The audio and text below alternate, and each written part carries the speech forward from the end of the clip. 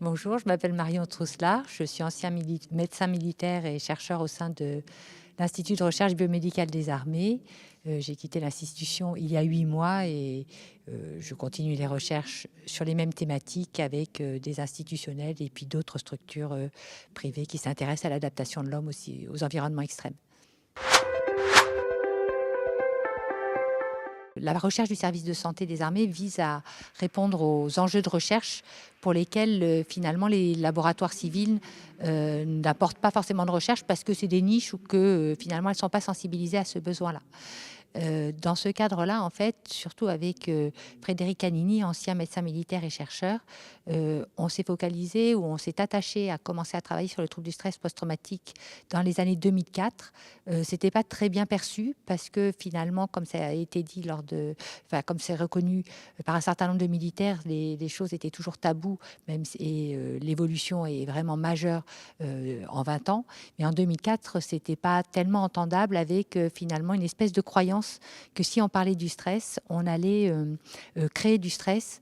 Et c'était nier ce qu'est le stress, qui est juste une réponse d'adaptation normale, et empêcher finalement qu'on puisse apporter des ajustements pour que la réponse de stress se maintienne dans la normalité et ne devienne pas un stress dépassé.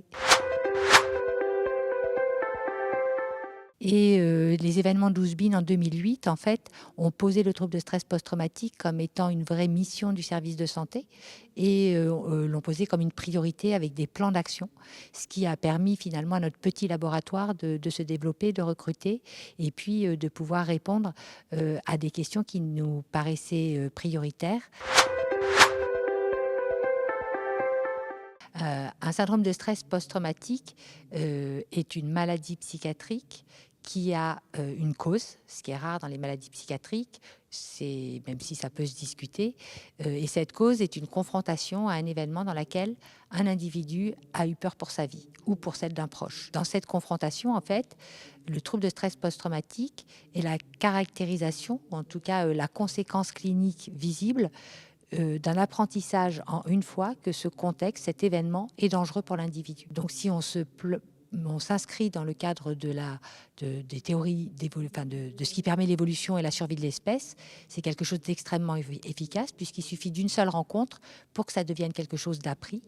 Si l'on se place du côté de l'individu qui a appris que ce contexte était dangereux, ça induit un certain nombre de symptômes qui sont difficiles à vivre, qui au quotidien, qui sont épuisants, mais qui traduisent bien que leur présence est là pour éviter que cette confrontation au danger vital se reproduise.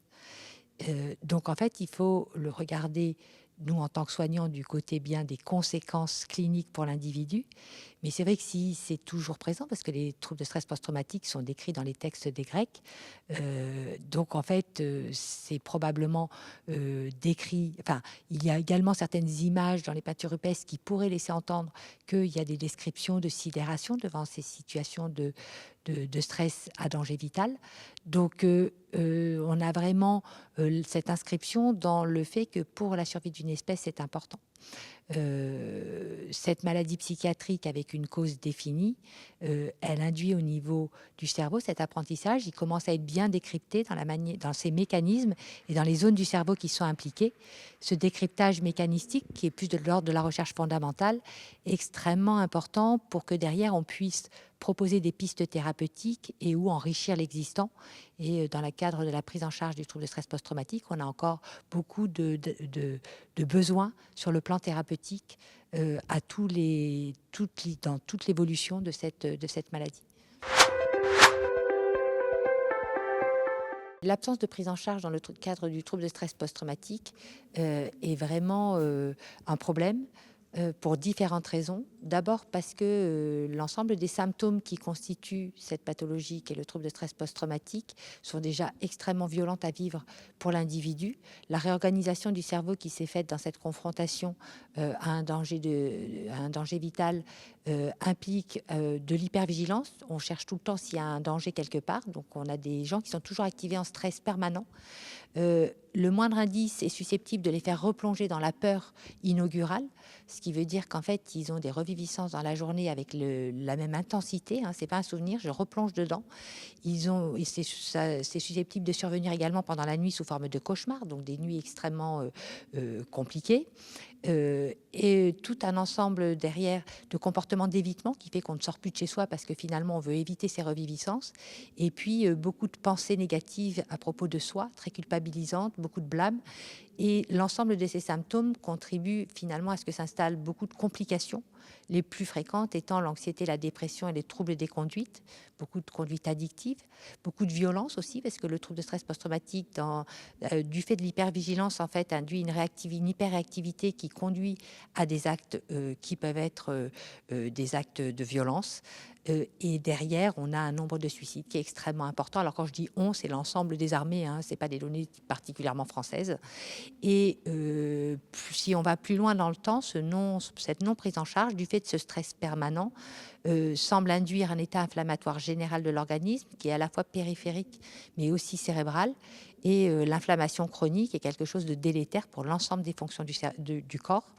Et ce qui est actuellement mis en évidence depuis ces 10 dernières années, c'est vraiment un risque de démence plus précoce et d'un vieillissement plus rapide du fait de probablement de cette inflammation qui sous-tend d'autres dérégulations du fonctionnement de l'organisme. En fait, il faut imaginer que c'est vraiment l'ensemble des organes après qui vont avoir une défaillance progressive du fait de ce stress chronique qui reste quand même chronique et intense et qui amène ces gens à vivre non seulement un peu l'horreur quotidienne, mais en plus à évoluer plus rapidement que d'autres vers les maladies de la vieillesse, en fait.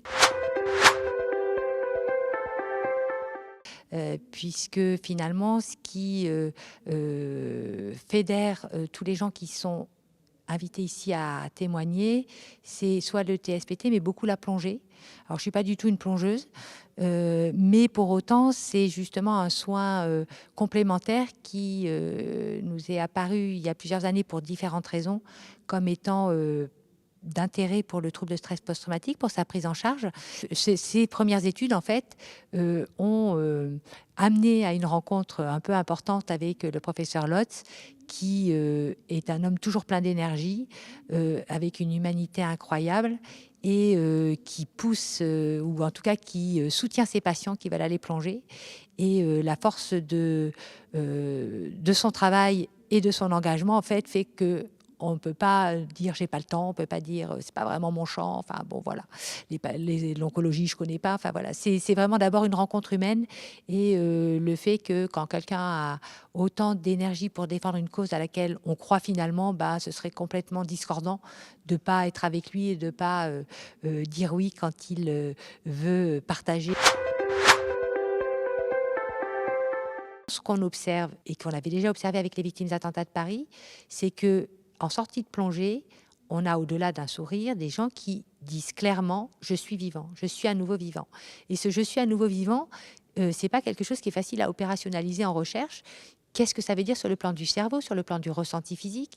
Et donc, on a à nouveau sollicité les Gueules Cassées pour conduire Cognidive 2, une étude centrée sur finalement comment on peut mesurer cette expression je suis vivant. Et on a ciblé deux variables, deux mesures, deux choses qui participent à ce qu'un individu se sente acteur de sa vie. Donc l'agentivité, qui est vraiment comment là, dans ce que je fais, c'est bien moi qui suis acteur de ce que je fais, et comment cette agentivité peut aider finalement à réhabiter sa vie, comment je peux réhabiter le présent. Puisque ce qu'on observe dans le trouble de stress post-traumatique, c'est un passé horrible, un présent qui est inhabitable et un futur bouché. Donc l'idée, c'est vraiment d'essayer de comprendre dans cette histoire de vie comment l'agentivité par la plongée peut être améliorée. Et donc, on a eu déjà une première année d'études financée par les Gueules Cassées, pour lesquelles on a pu faire des stages toujours au domaine du Coudon, donc ce très beau domaine qui est à Toulon et qui permet d'être au bord de la mer, dans une mer dans laquelle il y a des choses à voir. Donc on peut vraiment travailler par les stages plongés sur l'exercice respiratoire, l'attention portée aux informations de son corps et puis une contemplation de ce qu'il y a sous l'eau, de la biodiversité. Et le fait que les blessés soient au domaine des gueules cassées amène aussi à les amener à être dans la nature. Et on sait que la nature est quelque chose qui apaise des émotions et qui est décrit chez les personnes qui ont un trouble de stress post-traumatique comme étant quelque chose qui leur facilite finalement leur quotidien, qui leur permet de bien travailler pour les ateliers que la cellule d'aide aux blessés de l'armée de terre met en place pour chacun des stages. Il y a un élément extrêmement important qu'on n'avait pas du tout anticipé alors qu'on aurait dû le faire, c'est que quand les blessés viennent en stage au domaine des gueules cassées, ben, ils croisent des gueules cassées. Il y a vraiment une famille qui se retrouve, qui échange sur des faits de guerre, mais pas que.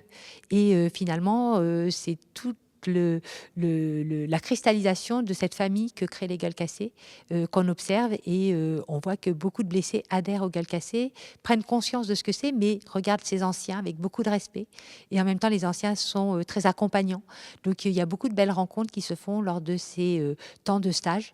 En fait, la devise des gueules cassées que j'ai devant, que j'ai sur le micro, et je ne savais pas du tout été anticipé, mais quand on voit un blessé sortir d'une plongée avec cet immense sourire, et s'il sourit sous l'eau avec le masque, c'est encore plus immense. On est vraiment pleinement dans ce que représentent les gueules cassées, ce sourire quand même. Et je crois que là, la plongée, c'était pas pensé comme ça, mais les deux ensemble, ça ne peut qu'aller très très bien et faire qu'un. Et c'est des très très jolis moments humains de voir ce sourire en sortie de plongée et qui se maintient dans le stage et pour certains vraiment dans la durée de leur travail de réinsertion.